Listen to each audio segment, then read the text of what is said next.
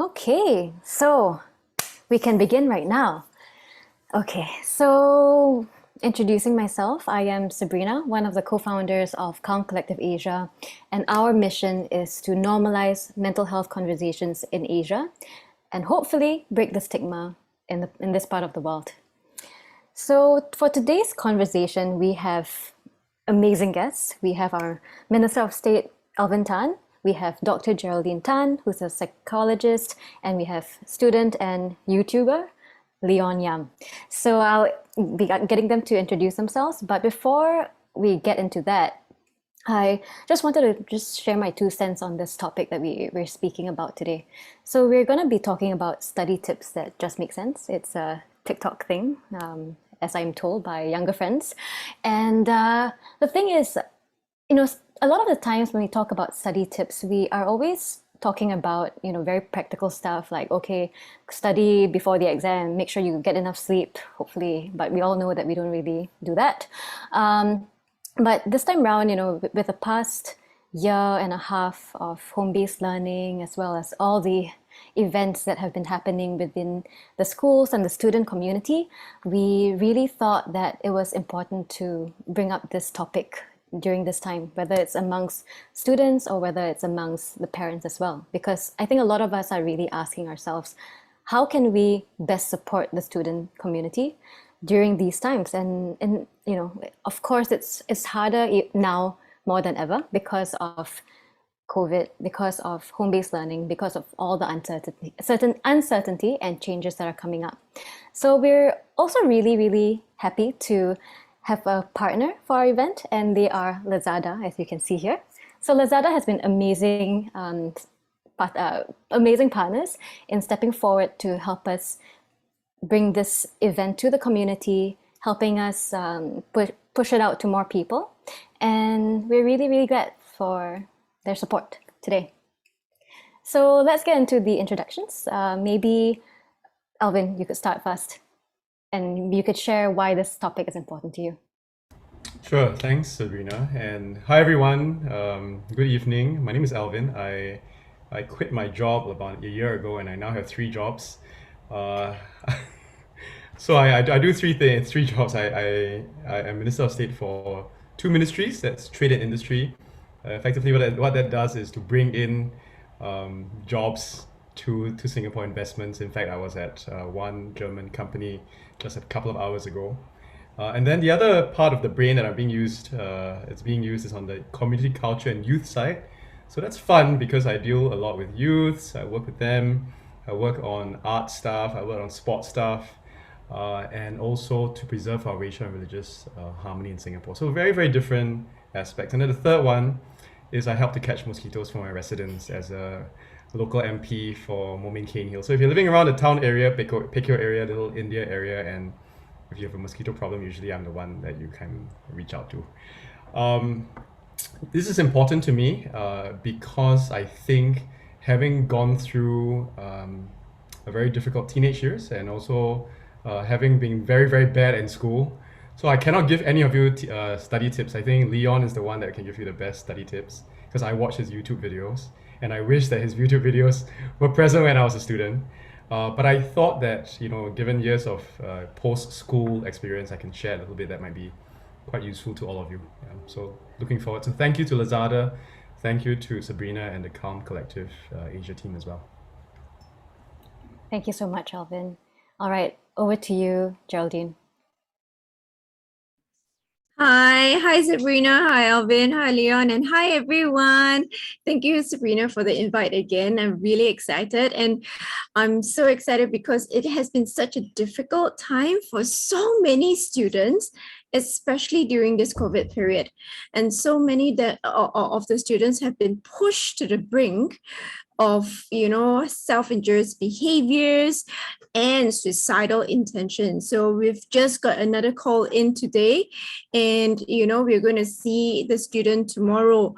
So it's really tough. It has been such a horrible journey for many students, having to cope with so many changes. So hopefully this exam we can make it a little bit better for them. So I'm going to pass to Leon because he's got the juice, like all the, meats there. I'm going to start by saying that I'm not going to have an over expectation of this. So yeah, I'm Leon. I'm a third year student at NUS, reading law. And so the law faculty is kind of far away from the main faculty if you ever come by. It's quite beautiful. It's perched like kind of on a hill in the middle of Botanic Gardens. So it's very, very beautiful. For myself, I think why this conversation is important for me because going through the national exams and the O levels, the A levels, PSLE not so much. Honestly, I was playing a game the day before PSLE because I didn't know better and I didn't feel the burn. But I think 16 years old O levels and 18 years old doing the A levels, it kind of at a point that you're somewhat matured and you know somewhat the implications of what the exams would be as a matter of your future career choice. And then that kind of adds into the complication alongside being a teenager, which is a very confusing phase for many people, I'm sure. So going through this very tough time, I thought, it's important to just normalize this conversation as Sabrina mentioned. And I thought, since we're all going through this tough time together, it's always good to just reach out. And funnily enough, when you reach out to another person, you would realize that that person is actually going through the same struggle. And in that case, why keep it all under wraps, pretending that everything is fine? Just talk about it. Maybe you'll find a solution together. And I think this is the whole point of today's webinar. And I'm very, very happy and excited to be invited on this panel to share my 2 cents. Definitely. Thank you so much, Leon. And, I'm really looking forward to hearing from you as our student on the panel as well. I think you can share a lot of first-hand experiences to how it's been for you during the past year and a half as well. So, okay, first question to kind of get started, right? I want to find out what kind of student you were when you were growing up. So maybe, back when you were in secondary school and your teens. And you can be honest about it. Alvin, maybe you can go first. Sure. Thanks, Sabrina. I like I mentioned earlier, I wasn't a really good student. I think in many ways I really struggled. I found I played a lot of sports. I enjoyed being out in the field. I enjoyed being out in the courts. I enjoyed being with people. Not so much in studying or putting pen to paper. So it was quite a bit of struggle for me. In JC, I know Leon, you had that really interesting video about how A levels are a nightmare. So in fact, I had to repeat a year in A level in my JC, and then I did really badly. I had a CDD. I couldn't get to universities here in Singapore. And in fact, I was telling my little boy that I had a nightmare over the weekend remembering my A levels. So Leon, what you said, and you should check out Leon's video because I thought it was really excellent. It really put things into perspective. It was A levels was really tough for me. I remember when I had to repeat a year, and it was very clear when your NRIC number shows your year of birth. Next year you are still there, and then you're at the top of the list. So it was quite the stigma. I remember it quite clearly, and sometimes it does stick with you. So I thought you over the years you overcame it, you would overcome it, but it sticks a little bit in your subconsciousness, and I think it appears in dreams or nightmares. So I still remember my my dream over the weekend, and it's like, oh my gosh, I haven't studied for my exams, and I woke up, I was like in close set. So school, I mean, frankly, I just wanted to share. I thought it would be, I think many of you on screen on the webinar would also experience the same thing. It's absolutely, as Leon and Sabrina said, it's very normal. Now the challenge is how to get over it and how to get past it. Yeah, so not so good with school, not so good with homework, not so good with exams. But I think life is beyond that. There are things within school that you enjoy and it gives you very much meaning in your life, and also post-school. So happy to delve into it deeper later, Yeah. but looking forward to listen to others. Leon, For sure. Oh my goodness, yeah, you mentioned the nightmares, right? I still get nightmares over my Malay exam. So it was my second language and I hardly speak it. And I still get nightmares every few months around this exam. I'm like, oh my God, I don't know how I'm gonna write this essay in this language that I hope I know, you know. So I feel you. Maybe Leon, could you share more about what school is like for you? Well, for me, school is kind of a U-shaped thing, and I'm on the upside of the U-shape now. So the other upside of the U-shape is when I was in primary school. You don't know anything. You just have fun every single day. Every recess, just go play soccer with your friends. Yeah, and even the day before PSLE, I was still playing my games. But then once you start secondary school, I did kind of well in Sec 1 without actually working very hard. And then I kind of get a scholarship from the government, the MOE scholarship, and then I kind of got a bit more motivation. I kind of work harder. But then again, I think secondary school is also a very transformative moment for everybody. You kind of go into the school as a 12 years old, coming out as a 16 years old, at the cusp of adulthood, but literally at the cusp, you're not an adult yet, although you try to act like you are, at least that's for me. So you're kind of forced to grow up a bit too fast, and you start to plan ahead. Okay, I was 16, I'm thinking about becoming a doctor or a lawyer. And because my parents, they're working class, so they didn't have the privilege of a university education. So they can't really advise me to that end. What should you do to become a doctor or lawyer? What they could do is to put me in touch with tuition teachers and whoever who knows best. And I really appreciate the efforts for that. And going on to JC, I think that was at the kind of the bottom of the U-shape, I think, as ministers mentioned. The reason is because I think, frankly, JC, the pressure in JC is much greater than that in university.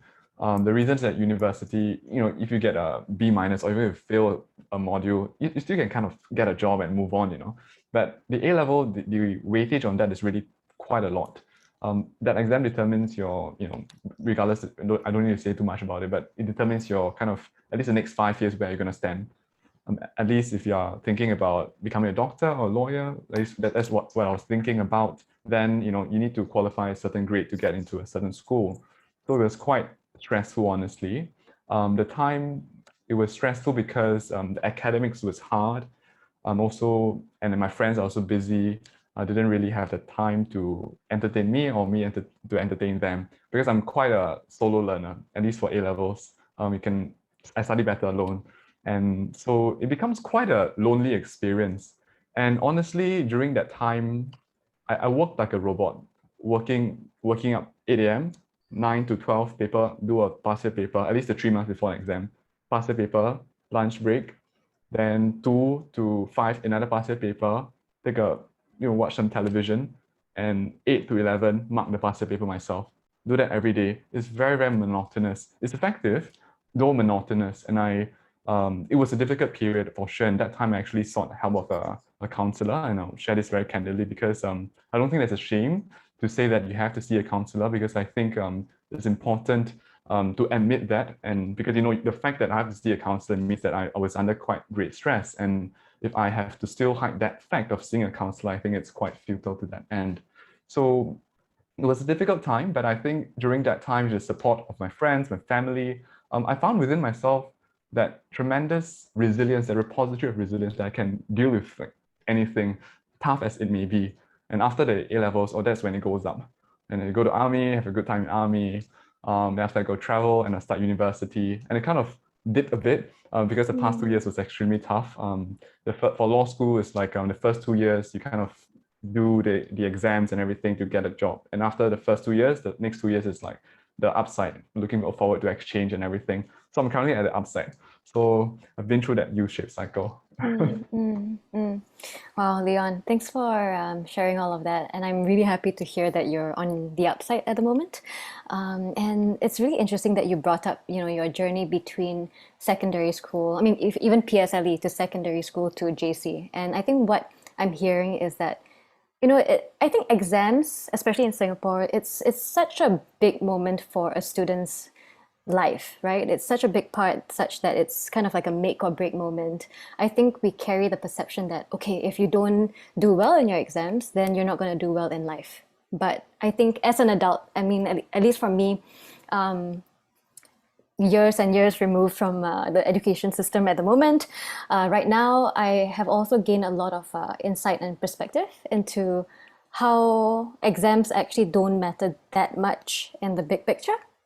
But yeah, I think it's really a matter of perspective. And as students, we're so, I guess, ingrained by society, maybe our peers, maybe our parents, teachers, I don't know, or even ourselves, right? To feel that these exams are really the most important thing in our lives. But I'm actually curious to hear from Geraldine what your thoughts are on this, and yeah, what do you see amongst your clients? What is stressing them out? What kind of perspectives are you, I guess, imparting to them? Yeah, I mean, I hear Alvin talk, I hear Leon share, and I go like, oh my gosh, I'm so glad that we are sharing it here so publicly, because it's so difficult. And I think, Sabrina, what you talked about, like, the exams having so much weight and so much emphasis, it just weighs on the students, it weighs on the parents' mind. So many parents also take the exams together with, the teens or the child, and I don't know who is more anxious, the parent or the child, and maybe they just like bounce off energy towards each other, but we've been taught that exams are the thing. PSLE, you better do well if you want to go to a good secondary school, during O levels, O levels, huge thing. It determines your life. And I think I love what Leon said, like, you're only a 16-year-old, but the weight of the future seems to be so tremendous that you go, I think I really need to do well, if not I am ruined. And that really crushes a lot of teens, and they go, I can't go anywhere if I score poorly. And you go, really? You can't go anywhere? Who told you that? But you know what? It's everybody that tells them that. Although we say that, we shouldn't label them, we shouldn't peg them to a grade, but we turn our faces, and the next thing that we do, we say, you better score your A's.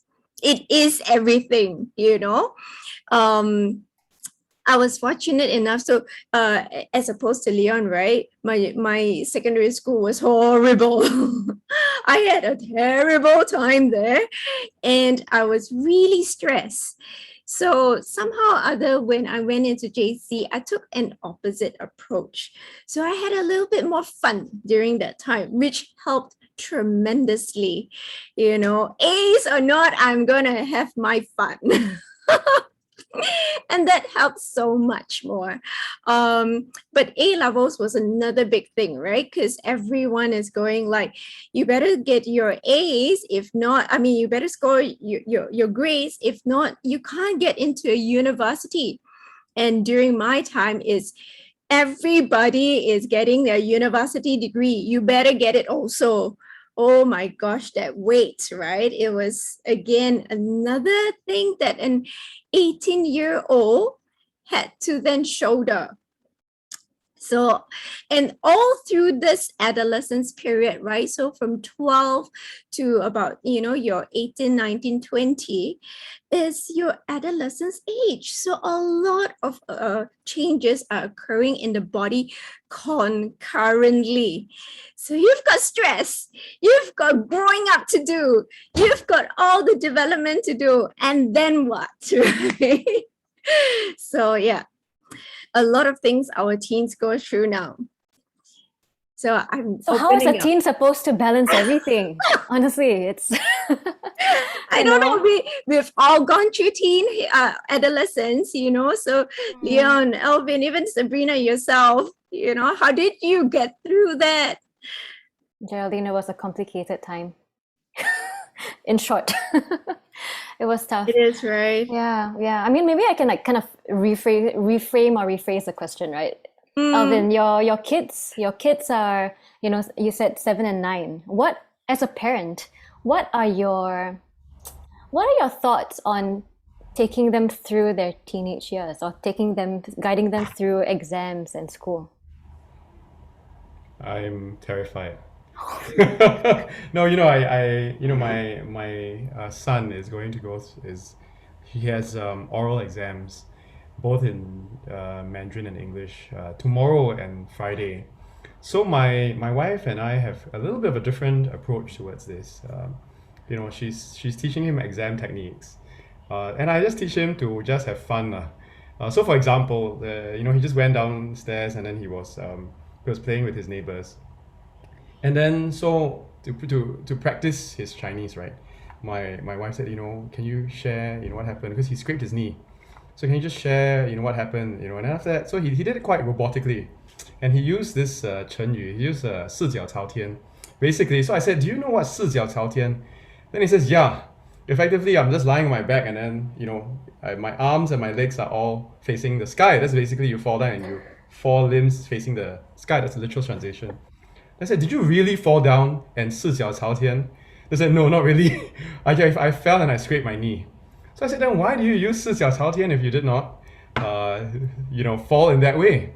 This is all because, it's something which I taught and it's something quite good for exams. And then it was quite robotic. So I said, okay, why don't we just try this? You don't need to use something very, bombastic or a bit more sophisticated. You just tell a story. You ran, you're playing with your friends. This is all in Chinese.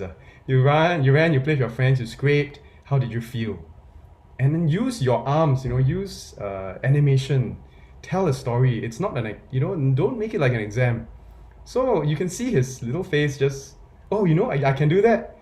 So I think I'm trying to do that. And maybe because, my wife she was an excellent student, model student all the way. And I just failed. So I found I'm a bit more relaxed in terms of you have to do it in this exam smart way. I'd rather them understand why they are doing oral. It's basically having a conversation, telling a story. You don't have to use great big words. You're just telling a story, engaging, using eye contact, using your hands, and engaging the person in front of you. Yeah, so I'm trying to do that with my son at the moment. It's just because of my past experience that I'm a little bit more relaxed in that regard, Yeah. Yeah, I guess what I'm hearing from you is that it sounds like you're really trying to introduce them to the why behind what they're doing, right? So I think that was something I personally also struggled with a lot. I'm like, why am I doing this? It's so, meaningless. Why am I trying to remember all these facts which don't mean much to me? Or why am I remembering all these equations that don't make sense? Right? And how am I going to use this in the future? So that was one big struggle that I had personally. Leon, I'm curious to hear what your thoughts are on this in terms of what has been helpful for you to get you through school, whether it's on a practical level, whether it's with regards to balancing your own well-being. Right. I'll speak from my perspective. I think just now Dr. Geraldine talked about the importance of exam, and I think that is predominantly the social kind of conversation that we have with our friends. But as I was going through the whole interview for job process, I look at it, actually a lot of employers, I think a minister can weigh in on that. I feel like a lot of employers look beyond the grades. At least, when I was applying for a job at a law firm, they didn't expect you to be top of the class. You just have to be top 50, 60%, it's fine. So I think, Sabrina, you're absolutely right that actually there's a lot that goes beyond just the grades. The value of a person is important, the fit with the firm, and I think a lot of the soft skills, interpersonal skills, and I think these are the things that will bring the person far. Because ultimately, I think the exam has a very specific set of skills that does not really apply in the real world. And that I think common sense is sometimes a bit underrated, and read more news. I think this is helpful. On my end, I think what really tied me through was that I have two things. One is, as what Dr. Geraldine said, to have fun. It is important. And two, a motivation. So I'll talk about having fun. So the context of my having fun is try to have fun in the subject itself. I struggled with English because my parents, they speak Chinese at home. Even if you do speak English, it's not really the proper English that you use in school. So the way that I deal with that is that, by the way, I kind of was very bad in English in secondary school, almost failed. But in 1 year, I became the top of the cohort in Sec 3 in just 1 year. And I think the trick about having fun is important. I try to enjoy the subject. And it's quite ironic. If you do badly in it, generally you won't like it. But you have to kind of force yourself to like it and to appreciate it regardless the result. And ironically or paradoxically, you tend to do better in that way because you enjoy it. You don't feel like it's a chore to do the subject. And I think it can apply to math, it can apply to English, Mandarin.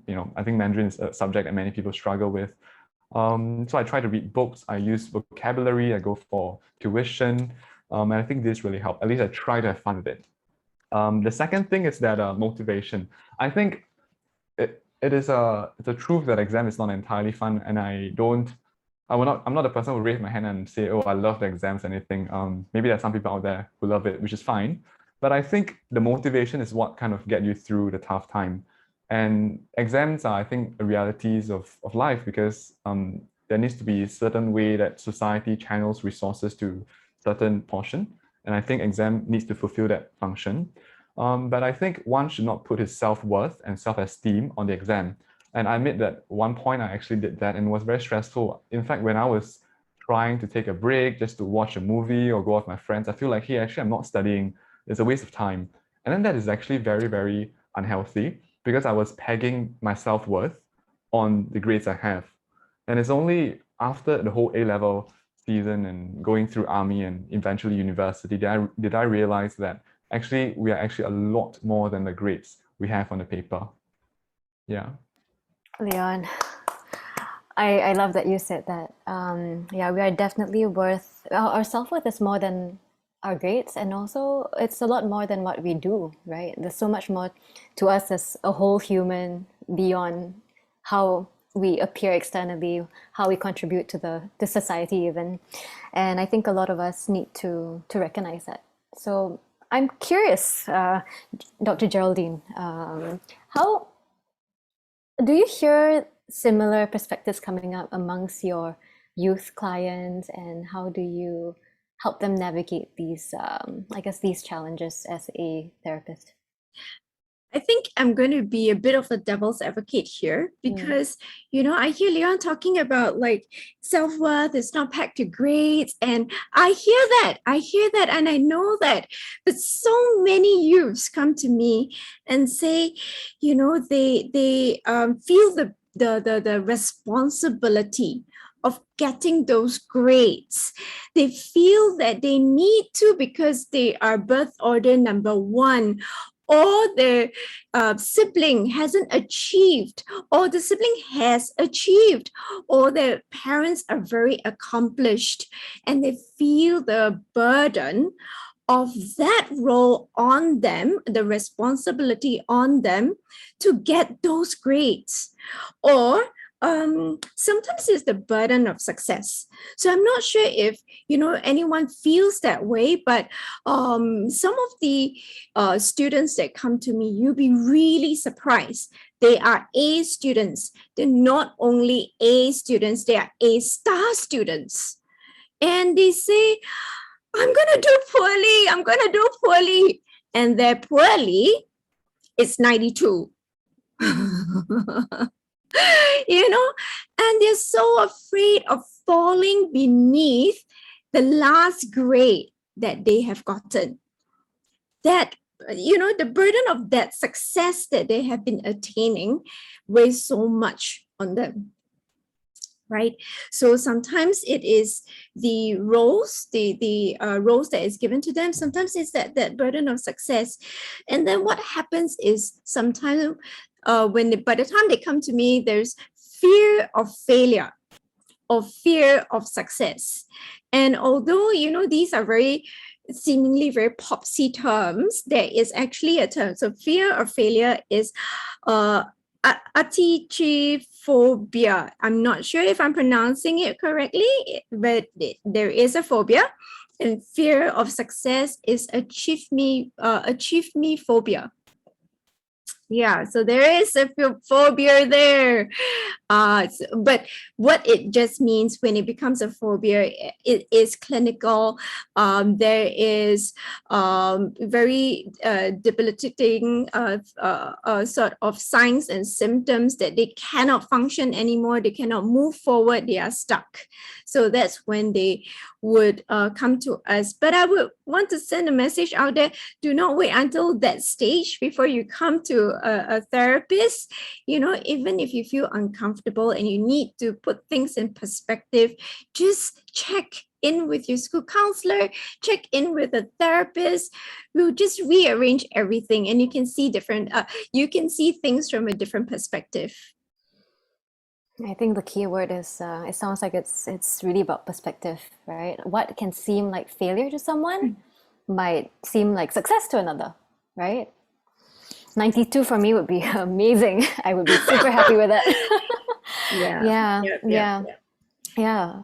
Alvin, I wanted to ask, you mentioned that you had failed your first year of JC, right? And I'm sure there was a lot of stigma that you had gone through, and to some extent, it must have not felt great. So how did you kind of like pick yourself up from there? And we know that you've been doing tremendously well since then, I think. How has it been for you, and how did you get past that supposed failure? Yeah, Sabrina, I think there's certain exams which are quite when you're 16, 17, 18, you think it's like the be all and all. I think that's what we were discussing. And 1 year when you repeat a year at 17 and you see all of your friends move up and then you are wearing a different uniform, it sticks with you. I still remember the names. There are three of us who repeated, and we were all three at the top of the nominal roll because of our IC numbers and our IC numbers. At that point of time, you're just thinking, how do I get this 1 year back? How do I get this 1 year back? Everybody's ahead of me now, surely. And then you dread Chinese New Year because, hey, aren't you going to be J2? There's, oh no, I'm still going to be J1. And I just remember there were people who were really kind, friends who were really kind, but there were also people who are very mean. It's the teenage years, right? And I don't hold grudges. You forgive after a while, but you still, these things remember it seeds in your mind. The people who are kind to you, the people who are not. And I remember the people who were very kind to me, and they said, we're with you, it's fine. And they JC, they'll write you some notes and encourage you. My Chinese teacher just won one of the Chinese teacher, distinguished Chinese teacher of the year award. We're still in contact, and she messaged me the other day and she says, I wanted to let you know that I'm winning this award and we're so proud of you. Wow, I just teared. And she's one of the teachers that encouraged me, and I remember her for 20 over years. So you find people who care for you, you lean on them. And there is always a reason why, when you fail or you have a setback, you can turn that into something where eventually you can let people know, hey, I've been there, I've done that, I know exactly how it feels, it's not so bad, and it encourages people. And that's why I'm more comfortable doing this now. There are people who says, wow, now, why do you go and share this kind of thing? You look very lao kui, or it's very what do you call that? It's not really good for your image or anything. But I thought it was important. I think it was important because again, what Sabrina, what you try to do is normalize and destigmatize these kinds of feelings. But at the same time, I don't want to minimize that feeling, because for parents who are listening to us and for students, it is a very, very stressful time. And for parents, you want the best, and that's why you're inadvertently putting some pressure. And for the children, for the youth, as Geraldine mentioned, you could put that stress on yourself because you want to either, you have a fear of failure, or you have a fear that you are not measuring up to your parents' expectations, whether it is real or not. Yeah, so I don't want to minimize those thoughts. I think it's really important to address them and acknowledge them. But at the same time, 1 year right now is actually nothing. But at 16 and 17, when on your other side, it is everything. Yeah. So I thought that was important to share. Yeah, yeah, definitely. Yeah, it's, you know, the younger you are, and yeah, a year actually is so much more than a year when you're 30 or 40. So it totally is. I think it's really fair for a student or a parent to feel all the feelings that they feel, that come up for them when examinations come up, and when you wanna do well in school, right? Because it really seems like the biggest thing in your life at that point. So yeah, Leon, do you have anything else to add to that? I think a few points. I think what we're talking about is the first one is about the need to be vulnerable and also to believe in yourself. I think Minister has mentioned about his experience in JC, and I think there is a power in being vulnerable and telling people that you have not done well. It doesn't therefore make you a weak person. In fact, you're owning your narrative. I think this is especially important because I was studying in a period whereby I studied in Presbyterian High School. It's a heartland school. So I studied in a school where there are 3 streams. And in the 3 streams, you know, as much as we try to interact, the only space that we interact across the stream is in CCA. And when there is such a streaming system, I'm not sure about how my friends feel, but I understand some would actually feel like they have to study 1 more year, Sec 5, and that isn't necessarily the best feeling. And of course I can't speak from their experience, but I think when I did badly for English, or when I do badly when I didn't get to the university I want, I think there's this very important thing about believing in yourself even when the whole world does not. And it is that faith that kind of got me through my JC, the toughest times in JC, in secondary school. And every time when I kind of struggle, I literally go up to the mirror and tell myself, yeah, you can do it, you can do it. You have to do it. I think it starts there. But I'm also conscious that I don't want to give myself too much pressure. So my mentality has always been like, I'm just gonna give everything I have. If it still doesn't cut it, fine. But I must make sure that I've given everything that I have. And sometimes when you actually do arrive at a success spot, there's this idea of an arrival fallacy. It was in this book called How to Be Sad by Helen Russell, in which she talked about, this climber who's going to go on Everest. Once you reach the top of Everest, you find that actually she's nothing, and you're going for the next thing. So for myself, going to law school, I thought it's like the biggest thing ever. But I realized, go to law school, everyone else is as smart or smarter. Then the next thing is to find a job. And after you find a job, I'm sure that then there'll be a next thing and next thing. So that's the whole idea about not pinning too much on that one particular exam. And also when you start believing in yourself, even if you don't do well in one exam, there's so many other ways to pursue the better opportunities, and you just keep your eyes open. And if you take on I find that when I take on a mindset that's very categorical, that I have to do an exam, I become very limited in my mindset. And that isn't necessarily good. Your creativity is blocked. And sometimes if you go for interview, because a lot of like scholarships or jobs that require interview, you come off a bit rigid because you train yourself to think in a very categorical fashion. You forget there's a very human touch that pervades society, and that is actually the glue that keeps people together, and it's the glue that will take you into that organization or whatever is it that you're applying for. I think these are the soft skills that tend to be underemphasized in a very strictly, heavily exam kind of system, that I think as individuals, we should kind of push back by starting to believe in ourselves first. I think those are really, really good points. I see Geraldine, you're smiling. You wanna? Yeah, I love conversations like these, right? And I hope that as many people get to listen to this as possible, and to not only listen but to hear what we are talking about, because it is so important to know that you have to tell yourself that you can do it.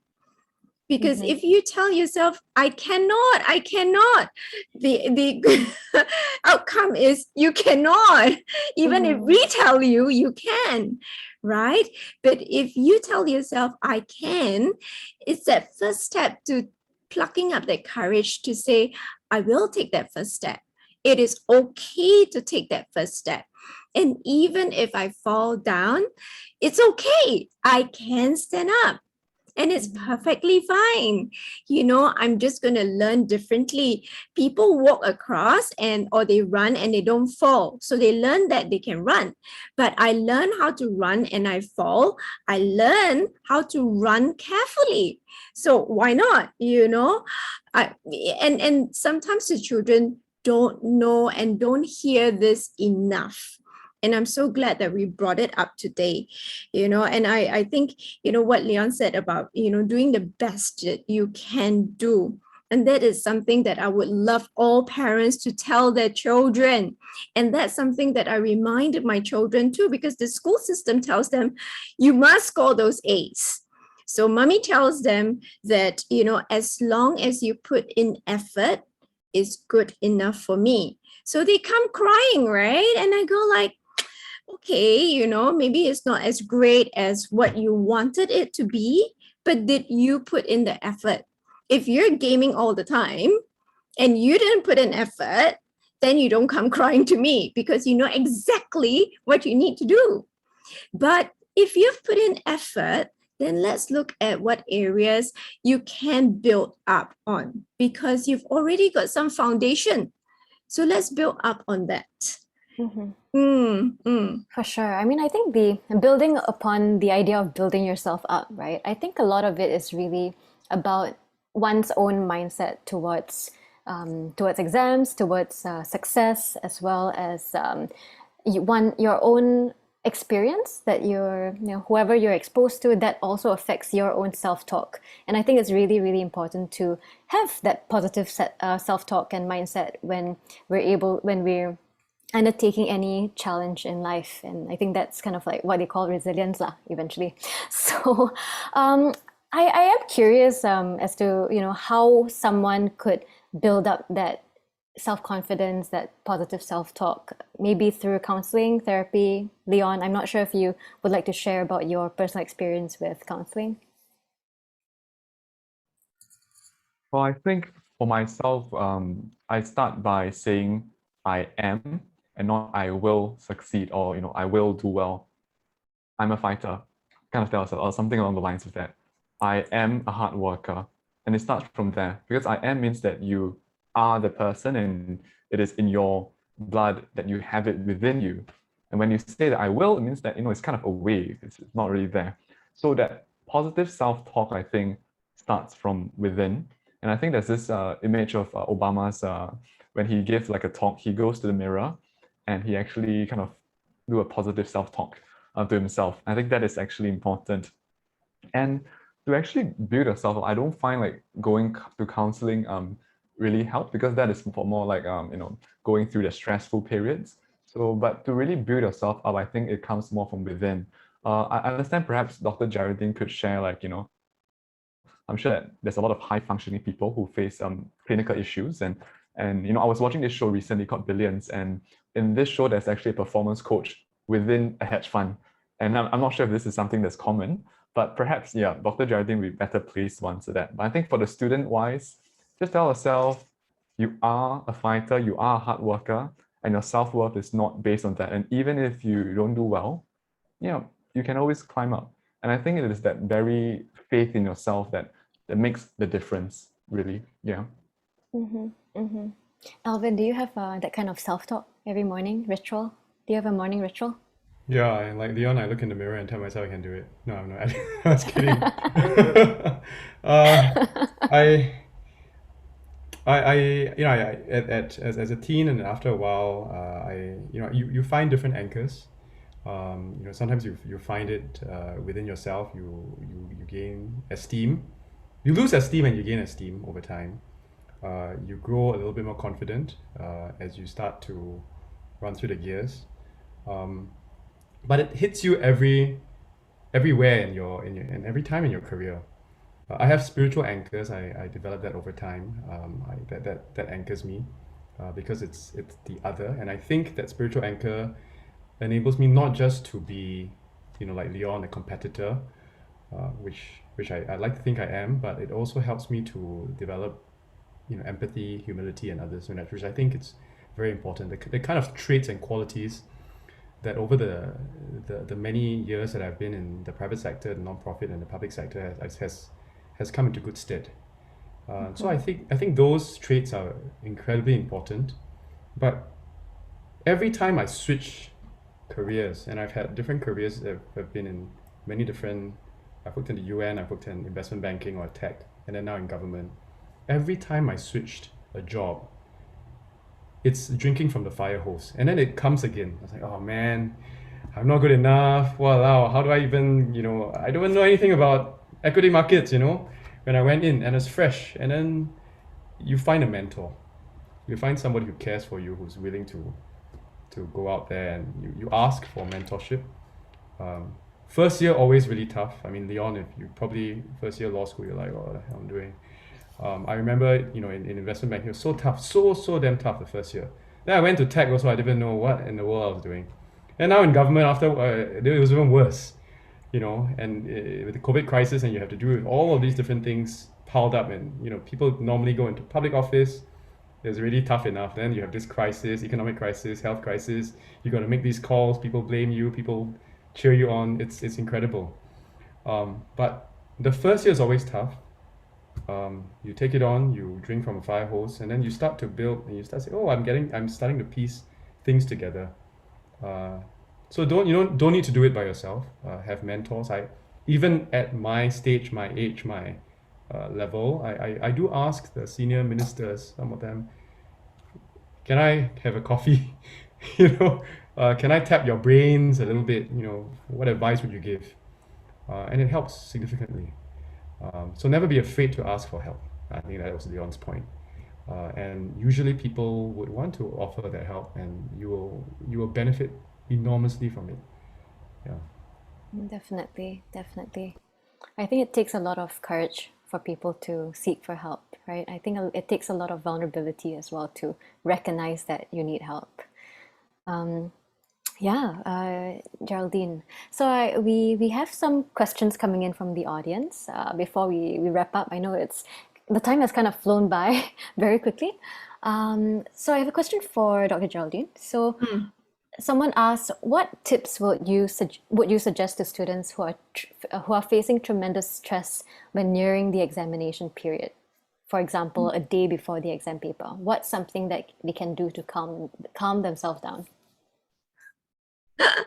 Oh my gosh. I think after we've spoken about all the other, the values and we need to be empathetic and, have humility and everything.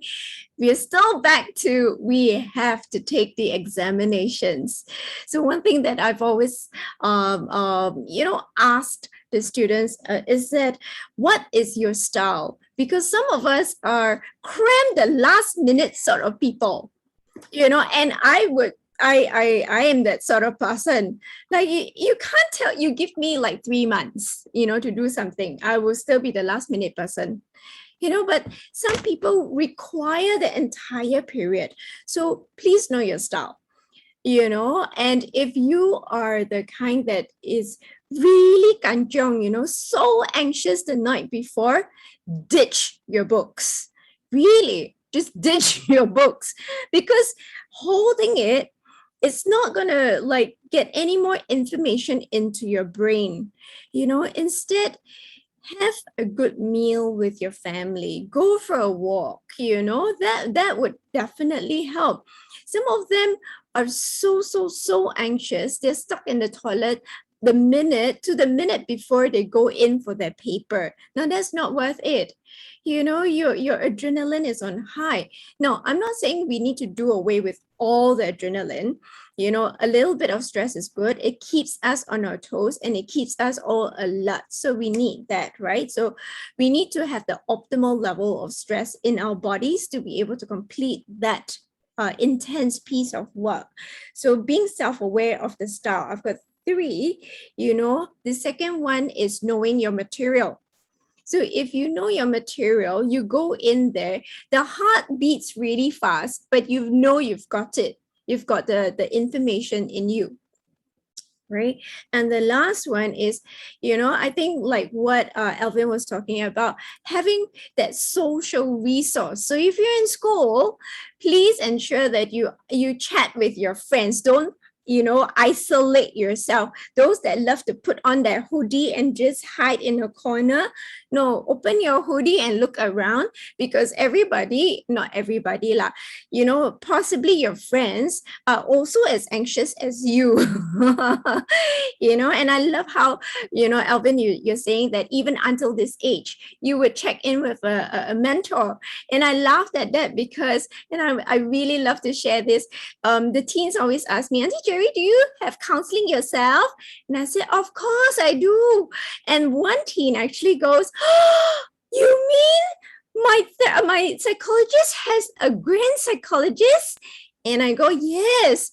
Not only that, your grand psychologist has a great grand psychologist. How beautiful is that, right? That image. So I thought that was a very sweet moment that we had, that all of us, and that's picking up on Leon's point, of being vulnerable. And all of us are human beings. So it is okay to reach out for help. It is okay to look around and say, I'm not the only one. So that's, small little things, but 3 things that if we can take away. Definitely. And Geraldine, so if you feel like you can't really reach out to anyone around you, who can you call? It's like Ghostbusters. No, but and the same thing went through my mind. Okay, please do not call Ghostbusters. I think that just check in with a friend, and check in with a close friend. And you don't have to call them. So again, it depends, right? If you're a very auditory person and you need to hear a comforting voice, call that friend. If you are more visual, you want to text a friend, text a friend. So reach out to someone. Or if you feel you need some space alone, please take that space alone. But don't just sit in the silence, because your voice and the noise in your head can get too much for you, so perhaps you want to go for a walk, something relaxing. I've got plenty of teens, and I don't know why they like to do this. They love to bake in the middle of the night, but I guess night baking is quite fun also lah. And it smells nice lah. It smells I nice. know it fills Right. the house with lots of smells. Yeah, so that's another sense. So if we look at the 5 senses and we can engage that, so if it's an auditory, if your favorite music, a comforting voice, smells that you can have, something tactile, sometimes we have the little soft toy and we can kind of rub our soft toy, or something tactile. We can also use that. What others do we have there? Oh, some of us snack. But not too much junk food, please. Junk food lowers our IQ, okay? So eat healthy food. To all the students out there and everyone else too. So no one. Oh no, Yeah. my potato chips. Okay, so Moderation. exactly. So I saw that Alvin has also dropped a resource, utopia.sg, by National Youth Council. So there's also lots of resources available online. Personally, that what's really helped me is that I've actually called hotlines, SOS, Aware, in the middle of the night, where I'm like, oh my God, I don't know if I want to burden my friend, or I don't know how they would handle my, unloading of all my crap, right? Yeah. I'll just call a hotline and hope that I get the right person on the other end of the line. If I don't like them, it's okay. I can just put it down and then call someone else, because there's so many out there. So that's my 2 cents, if I can share. So I have another question, and if you don't mind, there's just a few more, and then we can wrap up, okay? So this is for Alvin. Okay, so what is MCCY doing to champion stress youth when facing upcoming major examinations? And how will you propose suggestions to MOE to work on this challenge? Yeah. Is it by one of our attendees? Yes, it is. Yeah. So we're doing a couple things. This is almost like I thought it was something which I just wanted to share lah. well, NCCY, MOE, MSF, all of this. I'm new to government, so I have all of these different alphabet soup. The Ministry of Social Family, MCCY, which is where I look after, and the National Youth Council, and MOE. We have this interagency mental wellbeing task force that we put together, both a national strategy for mental health, but then we also have a one-stop shop which the Health Promotion Board is putting together, and we're also making sure that people and professionals like Geraldine and others, you have high quality resources like Geraldine, others on Come Collective, others on utopia.sg. So I don't want to go through everything, but just go to utopia.sg. We've put all of these different good resources together, including hotlines that Sabrina has talked about, including just mental health resources. The important thing is you have that resource, go there. MOE is also helping to bolster counselors in schools as well, so parents don't, you just want to make sure that you know that as well, and then we're putting more resources on teachers learning how to be counselors, and also providing more counseling support in schools. So both in schools, both in the community, and also at the workplace. There's always help there. Just go to utopia.sg. I just want to plug it because there's just too many to share, but just everything is right there. Yeah, there's a lot of Utopia, so a lot of resources on Utopia, so I will second that. Thank you. Yeah, for sure. There's tons. Okay, a question for Leon before we wrap up with our final question. So for Leon, being in NUS Law, where everyone is an overachiever, and I'm sure the peer pressure has to be quite, up there, right?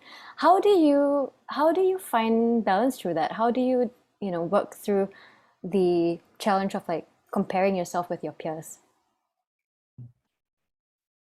I think, when we entered law school, some of us have that imposter syndrome, that, you think that you don't belong here because people are doing so well, and here you are struggling with like the basics. And then it seems so difficult. You don't understand what the law is saying and everything, right? But I generally don't compare with other people. At least I don't compare with them in a negative way. I try to compare with my own past performance. And this is premised on the fact that we are different individuals. It's very hard to, you can compare apple to apple, but you can't compare apple to orange. I'm good in certain areas. I'm not so good in certain areas, and I think it applies to some people. And certainly some people are good in areas that I'm really good in. So I think it's just a fact of life. And I try to just work on what I have. And I think it's also a glass half full, half empty thing. We tend to overemphasize the fact that we are not good in a certain area, but then we kind of forget that we are actually very good in another area that we should kind of praise ourselves for. So yeah, don't compare with other people. Just try to compare with your past performance. If you've done better, I think that's more than enough. I think that sounds like a very healthy way of looking at it. Just compare with yourself, and maybe cheer other people on as well. Okay, so final question for everyone, and we'll go in a round. I don't know whether my round is your round, but so let's just keep it short, and then we will close out the session. So the question is, what advice would you give to your younger self as a student? So Geraldine, could you go first? I think Leon was talking about Obama. So I actually have Michelle Obama's quote, which I think resonates with me a lot. And she says, if my future were determined just by my performance on a standardized test, I wouldn't be here. I guarantee you that. And I think it really resonates with me because we keep comparing and picking up on what Leon says, right? We often compare and we would look at the grades as if it is going to determine, who we are, what we are for the rest of our lives. But no, we are not, our grades on a standardized test. We're more than that. So just do your best. Amazing. Thank you so much. Leon, how about you? What advice would you give to your younger self? So I think Geraldine touched on the more, the aspect that is, to kind of believe in yourself. So I'll talk about one practical thing that I think I could have done a bit better. That is to work productively. I think the misconception is that you work more, you tend to do better. But it's actually it's kind of a marginal utility thing. After a certain point, your concentration just goes off. So these days, I adopt a new mindset. I try, in the best days, I work not more than 10 hours. I try to put in the best hours to do the toughest things. Like, the most difficult thing, like you have a math paper, do that first thing in the morning. So try to work productively and not to work too much. Take like 3 hours, 4 hours, or anything shorter than that. And if it's really not your day, just write it off. Let's just like do like kind of 4 hours of work, reply to some emails, just print some stuff, I think, get on with it. And take scheduled breaks. I think that's part of the same thing. If you take breaks, you actually come back finding yourself more refreshed. Go for a walk, you find yourself to be able to actually absorb the information better. Yeah, so work productively, not work more. Those are really, really great tips. All right, Alvin, over to you. What advice would you give to your younger self as a student I'm still a student, Sabrina. of Um, life? Yes. no, actually, really still a student. Well, I'll just say, okay. the younger self, don't be too hard on yourself. Mm. Again, that year, it's nothing in the entire lifespan. Um, I still study quite hard, and I've learned how to use some of the skill sets as a student every single day. In this new role that I've had for a year, you're always either meeting with a CEO or a minister from another country, or you're going on radio and taking a Chinese interview on radio, which is very harrowing, and meeting different industry and everything. You're constantly switching channels, different disciplines, and it's difficult for me. So what I've done is, and I share this with some of my younger colleagues in the different ministries, I write mind maps, I draw mind maps. It's the way that I can best access and remember things. So I remember going for a G20 meeting in Italy like 2 months ago, and I needed to represent Singapore. I needed to meet different ministers from different countries. And so I drew mind maps. Probably if I'm meeting the US one, so I draw a US flag. This is what I'm going to be talking about. I'm going to talk about energy. And I learned over time that it just sits in my brain, and I don't have to refer to my notes anymore, and I can deliver the message. The same thing with the Chinese interview.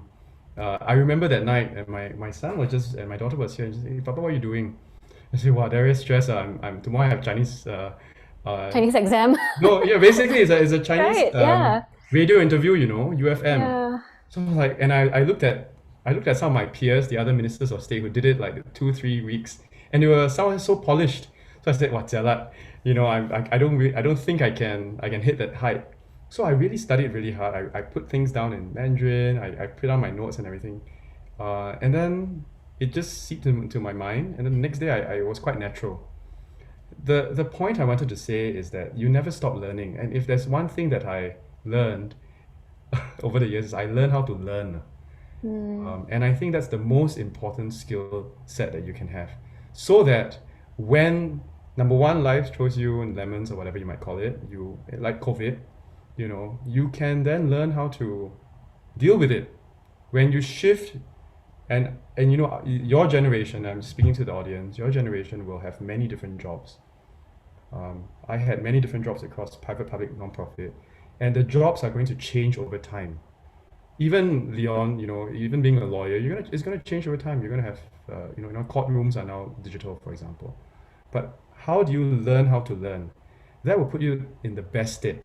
You're always going to be a student, but if you develop that muscle, you develop the humility to learn, then whatever life throws at you, whatever challenges or opportunities, you're ready to seize them. You're ready to overcome them. Yeah. So just wanted to share that. Yeah. 100%. I think all of your sharing really resonates because I think when we're freshly done with school, it feels like, okay, now I'm a finished product and I'm ready to take on the world. And with the skills that I've learned, I should be able to do this. But then when we get into our jobs and possibly switch industries, because that's life, right? We always find ourselves having to pick up new skills, finding ourselves having to start again. But if we have that learner's mindset or growth mindset, then we're able to constantly pick up new skills. And with the way that the world is going, I think 100%. It's really gonna be very important for each and every one of us to adopt that mindset and be able to learn and develop confidence in those skills, right? So thank you so much for sharing that, Alvin. And thank you everybody for joining us today. And thank you, Geraldine, Leon, for also being on the panel and sharing all your insights. It's been amazing hearing from you. And once again, I'd like to thank Lazada for supporting our talk today. We're super happy to be partnering with them and hope to be doing more. Hint, hint. And yeah, thank you so much, everyone, for joining, and have a good night. Goodbye. Good night.